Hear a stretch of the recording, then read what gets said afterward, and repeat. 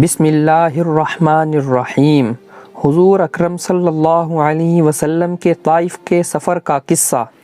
نبوت مل جانے کے بعد 9 برس تک نبی اکرم صلی اللہ علیہ وسلم مکہ مکرمہ میں تبلیغ فرماتے رہے اور قوم کی ہدایت اور اصلاح کی کوشش فرماتے رہے، لیکن تھوڑی سی جماعت کے سوا جو مسلمان ہو گئی تھی اور تھوڑے سے ایسے لوگوں کے علاوہ جو باوجود مسلمان نہ ہونے کے آپ کی مدد کرتے تھے، اکثر کفار مکہ آپ کو اور آپ کے صحابہ رضی اللہ عنہ کو ہر طرح کی تکلیفیں پہنچاتے تھے، مذاق اڑاتے تھے اور جو ہو سکتا تھا اس سے درگزر نہ کرتے تھے۔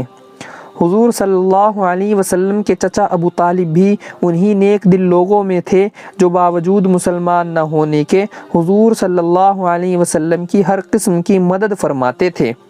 10ویں سال میں جب ابو طالب کا بھی انتقال ہو گیا تو کافروں کو اور بھی ہر طرح کھلے مہار اسلام سے روکنے اور مسلمان کو تکلیف پہنچانے کا موقع ملا۔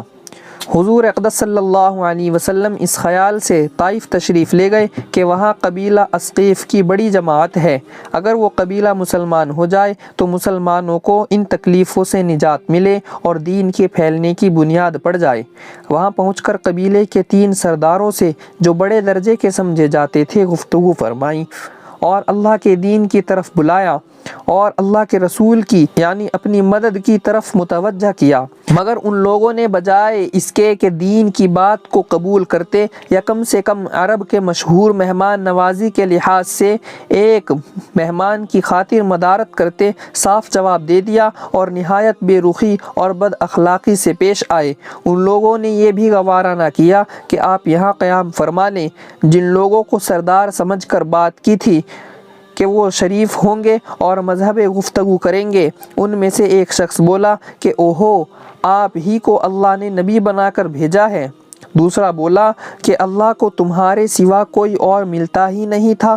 جس کو رسول بنا کر بھیجتے۔ تیسرے نے کہا میں تجھ سے بات کرنا نہیں چاہتا، اس لیے کہ اگر تو واقعی نبی ہے جیسا کہ تیرا دعویٰ ہے تو تیری بات سے انکار کر دینا مصیبت سے خالی نہیں، اور اگر جھوٹ ہے تو میں ایسے شخص سے بات کرنا نہیں چاہتا۔ اس کے بعد ان لوگوں سے نا امید ہو کر حضور صلی اللہ علیہ وسلم نے اور لوگوں سے بات کرنے کا ارادہ فرمایا کہ آپ تو ہمت اور استقلال کے پہاڑ تھے، مگر کسی نے بھی قبول نہ کیا، بلکہ بجائے قبول کرنے کے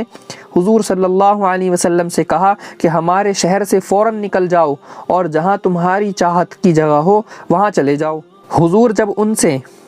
بالکل مایوس ہو کر واپس ہونے لگے تو ان لوگوں نے شہر کے لڑکوں کو پیچھے لگا دیا کہ آپ کا مذاق اڑائیں، تالیاں پیٹیں، پتھر ماریں، حتیٰ کہ آپ کے دونوں جوتے خون کے جاری ہونے سے رنگین ہو گئے۔ حضور صلی اللہ علیہ وسلم اسی حالت میں واپس ہوئے۔ جب راستے میں ایک جگہ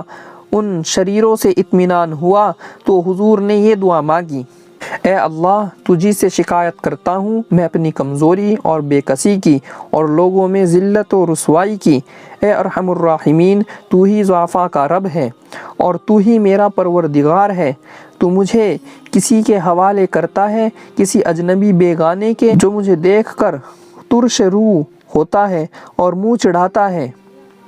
یا کسی دشمن کے جس کو تو نے مجھ پر قابو دے دیا۔ اے اللہ، اگر تو مجھ سے ناراض نہیں ہے تو مجھے کسی کی بھی پرواہ نہیں ہے، تیری حفاظت مجھے کافی ہے۔ میں تیرے چہرے کے اس نور کے طفیل جس سے تمام اندھیریاں روشن ہو گئی اور جس سے دنیا اور آخرت کے سارے کام درست ہو جاتے ہیں، اس بات سے پناہ مانگتا ہوں کہ مجھ پر تیرا غصہ ہو یا تو مجھ سے ناراض ہو۔ تیری ناراضگی کا اس وقت تک دور کرنا ضروری ہے جب تک تو راضی نہ ہو، نہ تیرے سوا کوئی طاقت ہے نہ قوت۔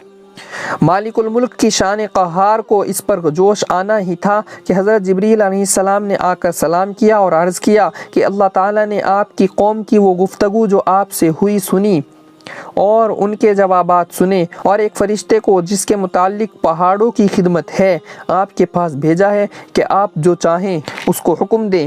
اس کے بعد اس فرشتے نے سلام کیا اور عرض کیا کہ جو ارشاد ہو میں اس کی تعمیل کروں، اگر ارشاد ہو تو دونوں جانب کے پہاڑوں کو ملا دوں جس سے یہ سب درمیان میں کچل جائیں، یا اور جو سزا آپ تجویز فرمائیں۔ حضور صلی اللہ علیہ وسلم کی رحیم و کریم ذات نے جواب دیا کہ میں اللہ سے اس کی امید رکھتا ہوں کہ اگر یہ مسلمان نہیں ہوئے، ان کی اولاد میں سے ایسے لوگ پیدا ہوں جو اللہ کی عبادت کریں۔ یہ ہیں اخلاق اس کریم ذات کے جس کے ہم لوگ نام لیوا ہیں کہ ہم ذرا سی تکلیف سے کسی کی معمولی سی گالی دے دینے سے ایسے بھڑک جاتے ہیں کہ پھر عمر بھر اس کا بدلہ نہیں اترتا، ظلم پر ظلم اس پر کرتے رہتے ہیں اور دعویٰ کرتے ہیں اپنے محمدی ہونے کا، نبی کے پیرو بننے کا۔ نبی کریم صلی اللہ علیہ وسلم اتنی سخت تکلیف اور مشقت اٹھانے کے باوجود نہ بددعا فرماتے ہیں نہ کوئی بدلہ لیتے ہیں۔ مزید ایسی ویڈیو کے لیے چینل کو سبسکرائب کریں۔